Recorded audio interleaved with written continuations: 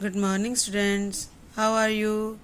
Today we will start 7th class, lesson number 3, संगीत की दुनिया. Open your books at page number 18. In this lesson, we will read संगीत की परंपरा भारत में शताब्दियों से चली आ रही है. वेदों में भी संगीत और वाद्य यंत्रों का उल्लेख मिलता है. भारतीय संगीत की महत्ता को वैज्ञानिकों ने भी स्वीकार किया है. भारतीय संगीतकार अपनी कला के कारण पूरे विश्व में लोकप्रिय हैं. कल्पना कीजिए, कल कल बहती नदी के स्वर के साथ वंशी का बजना, वंशी मीन बांसुरी. रात की नीरवता में वीणा की झंकार का गूंज उठना, नीरवता शांति. या फिर उमड़ते घुमड़ते मेघों के साथ मेघ मल्हार का गाया जाना सुनने वाले को क्षण भर को तो अपनी सुध बुध खो ही देता है. एक और प्रकृति और संगीत का अटूट संबंध है, तो वहीं दूसरी ओर मानव मन की कोमल भावनाओं से भी उसका स्थायी और शाश्वत नाता है. यही कारण है कि संसार के प्रत्येक कोने में संगीत की मधुर तान गूंजती सुनाई पड़ती है. भारत में संगीत की धारा प्राचीन काल से ही प्रवाहित होती आई है.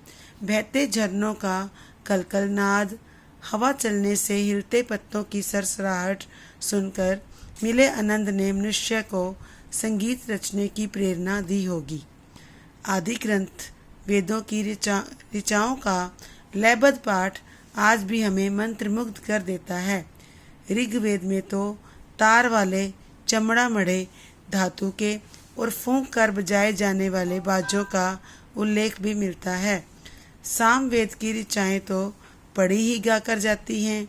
हजारों वर्ष बीत जाने पर भी सामगान आज भी उसी रूप में होता है. अथर्ववेद में तरह तरह के बाजों के वर्णन के साथ ही ताल और लय के नियम भी बताए गए हैं. इन्हीं से धीरे धीरे नए वाद्य यंत्रों का विकास हुआ और अनेक राग रागनियाँ बनी. पौराणिक मान्यताओं के अनुसार नटराज शंकर को नृत्य, संगीत और कला का देवता माना जाता है. रामायण काल में वीणा, मृदंग, वेणु, दुदुम्बी जैसे वाद्य यंत्रों का प्रयोग किया जाता था. इन्हीं के साथ जनसामान्य ने प्रतिदिन के क्रियाकलापों और उत्सवों से जुड़े गीत भी बना लिए होंगे. उत्सव और त्योहारों के साथ साथ ही राजसभाओं में इन गीतों के गाए जाने का वर्णन उस काल की रचनाओं में मिलता है. बौद्ध धर्म में भी संगीत को पनपने का पर्याप्त अवसर मिला. बौद्धिस्ट स्वयं संगीत और नृत्य कला के मर्मज्ञ थे. जातक कथाओं में नृत्य और संगीत की चर्चा मिलती है. मौर्य काल में संगीत का अधिक प्रचार और प्रसार हुआ. राजभवन और देवालयों में संगीत को महत्व प्रदान किया जाता था. गुप्त काल के राजाओं ने तो अपने सिक्कों पर वाद्य यंत्रों को चित्रित करके अपने संगीत प्रेम को दिखाया है. जो गुप्त काल के राजा थे, उन्होंने अपने सिक्कों पर जो बजाने वाले यंत्र थे, संगीत के यंत्र थे, उनको चित्रित करके अपने संगीत प्रेम को दिखाया है. दक्षिण भारत के प्राचीन तमिल साहित्य में जिस संगीत का उल्लेख किया गया, उसे भक्ति आंदोलन को बल मिला. आज भी दक्षिण भारत के कर्नाटक संगीत की विशेष पहचान है. आगे चलकर जब भारत में मुस्लिम सभ्यता का आगमन हुआ, तो फारस और अरब के संगीत का भी प्रभाव भारतीय संगीत पर पड़ा. 14वीं शताब्दी के आरंभ में अलाउद्दीन खिलजी के दरबार के कवि अमीर खुसरो महान संगीतज्ञ थे. अरब और फारस के संगीत का भारतीय संगीत से मेल करके अमीर खुसरो ने संगीत की नई धुनों और कुछ ताल वाद्यों का आविष्कार किया. कहते हैं तबला उन्होंने ही बनाया था. 15वीं शताब्दी में ग्वालियर के राजा मान सिंह ने गायन की ध्रुपद शैली के विकास में विशेष योगदान दिया. मुगल बादशाहों के शासनकाल में संगीत का तकनीकी दृष्टि से बहुत विकास हुआ. जब मुगल बादशाहों का काल था, उनके शासनकाल में संगीत का तकनीकी दृष्टि से बहुत विकास हुआ। तानसेन, बैजू बावरा, उस्ताद नियामत खां जैसे महान संगीतज्ञों के अथक प्रयासों से संगीत को बादशाह के दरबार में भी सम्मान मिलने लगा। इसी काल में मंदिरों में गाया जाने वाला भक्ति संगीत भी लोकप्रिय हुआ। सूरदास, नंददास, मीराबाई जैसे कवियों की रचनाओं को भारतीय रागों में गाया गया। 19वीं सदी में देश भर में फैले राष्ट्रीय आंदोलन में संगीत, नृत्य और नाटक राष्ट्रीय भावना के प्रचार के माध्यम बने।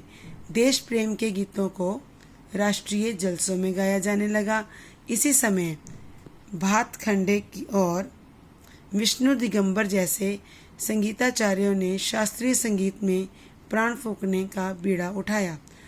1916 में बड़ौदा में पहला संगीत सम्मेलन हुआ। हिंदुस्तानी संगीत सिखाने वाले कॉलेजों और गंधर्व महाविद्यालयों की स्थापना होनी आरंभ हो गई। स्वतंत्रता प्राप्ति के पश्चात संगीत नाटक अकादमी की स्थापना हुई। इसके साथ ही भारतीय संगीतज्ञों ने अनेक देशों में अपनी कला का प्रदर्शन करना आरंभ कर दिया। भारतीय संगीतज्ञों ने अपनी कला का प्रदर्शन स्वतंत्रता प्राप्ति के पश्चात विदेशों में करना प्रारंभ कर दिया। भारतीय सांस्कृतिक संबंध परिषद की ओर से विदेशों में सांस्कृतिक केंद्र स्थापित करके वहां संगीत शिक्षा देने की व्यवस्था की गई। भारतीय संगीत की समृद्ध परंपरा दो धाराओं में विकसित हुई। दक्षिण भारत में कर्नाटक संगीत तथा देश के शेष भाग में हिंदुस्तानी संगीत पद्धति प्रचलित हुई। पर दोनों ही पद्धतियों में कुछ समानताएं भी थी। क्या समानताएं थी?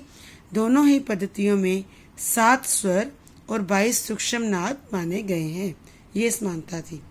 भारतीय संगीत में राग और ताल का महत्वपूर्ण स्थान है। भारतीय शास्त्रीय संगीत गायन में ध्रुपद, धमार, ठुमरी और ख्याल अधिक लोकप्रिय हुए हैं। श्रृंगार, भक्ति, वात्सल्य, प्रेम इन सभी भावनाओं को व्यक्त करने के लिए अलग अलग राग हैं। विगत कुछ वर्षों में सुगम संगीत भी खूब लोकप्रिय हुआ है। शास्त्रीय संगीत के स्वर और तानों के स्थान पर इसमें भाव पक्ष को प्रधानता दी जाती है। भजन, गीत, गजल, कव्वाली के माध्यम से सुगम संगीत जन जन तक पहुंचा है। सुगम संगीत के साथ ही लोकगीतों की भी अपनी विशिष्ट परंपरा रही है। जन जीवन से जुड़े पर्व, उत्सव, विवाह, जन, कटाई बुआई के साथ ही प्रतिदिन की आशा निराशा का मनोहारी रूप हमें लोकगीतों में देखने को मिलता है।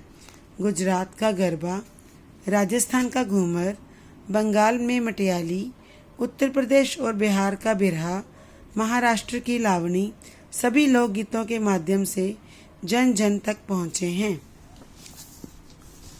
संगीत के मानव मन की भावनाओं से जुड़े होने के कारण वैज्ञानिक प्रगति के इस युग में इसे चिकित्सा विज्ञान से जोड़ने पर विचार किया जा रहा है। संगीत में मानव को एकाग्रचित्त करने की अपूर्व क्षमता है। वैज्ञानिक सिद्ध कर चुके हैं कि संगीत के प्रभाव से पशु पक्षियों का व्यवहार बदल जाता है। अब जो वैज्ञानिक हैं वो भी ये सिद्ध कर चुके हैं कि संगीत के प्रभाव से पशु पक्षियों का व्यवहार बदल जाता है, उनका बिहेवियर चेंज हो जाता है। अनुकूल संगीत के वातावरण में पेड़ पौधों का अच्छा विकास होता है और वे बेहतर फसलें देते हैं। अगर संगीत पेड़ पौधों के अनुकूल हो तो पेड़ पौधों का विकास भी अच्छा होता है और वे फसलें भी बेहतर देते हैं।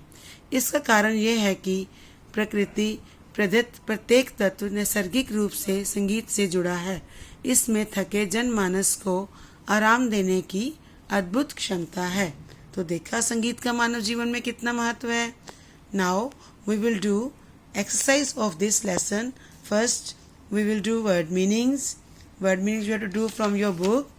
After that मुहावरे, बीड़ा उठाना, किसी काम को करने का निश्चय करना, प्राण फूंकना, जीवन दान देना, इसका वाक्य भी आपने बनाना है।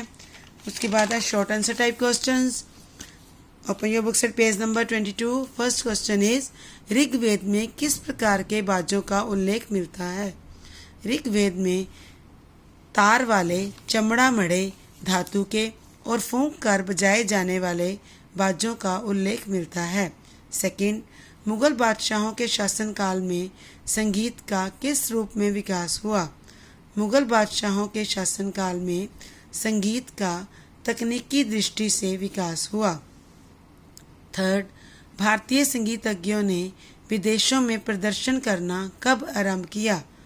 आंसर इज, भारतीय संगीतज्ञों ने विदेशों में प्रदर्शन करना स्वतंत्रता प्राप्ति के पश्चात आरंभ किया।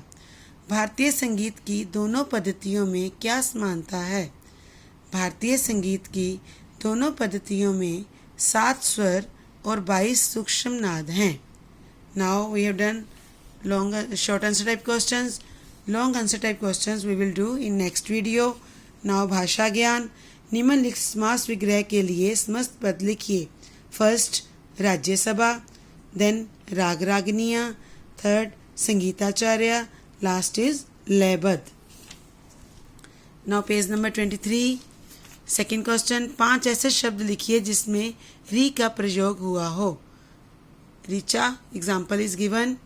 वी विल राइट ऋषि, ऋण, ऋग्वेद, ऋतु, ऋचाएं. नाउ नेक्स्ट, निम्नलिखित विशेषण पदों के लिए पाठ से छांटकर विशेष्य लिखिए. लयबद्ध पाठ, अटूट संबंध, मधुर तान, पर्याप्त अवसर, भारतीय संगीत, सांस्कृतिक केंद्र.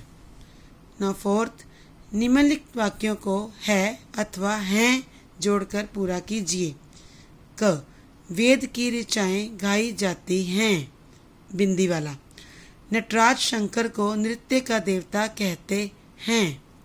ऋचाओं का लयबद्ध पाठ सभी को मंत्रमुग्ध कर देता है. लोकगीत की अपनी विशिष्ट परंपरा है. कहते हैं तबला अमीर खुसरो ने बनाया था. क, ख और लास्ट में हैं, ग और घ में है. नाउ फिफ्थ, सही विकल्प पर टिक लगाइए. क, राष्ट्रीय शब्द में प्रत्यय है ये. नृत्य कला का समास विग्रह है नृत्य की कला. नाउ ग, कोमल का विलोम है कठोर. जलसा का समानार्थी है समारोह. ओके बेटा, now you have to do this exercise on your book. Long answer type questions we will do next time. Okay, have a nice day. Thank you.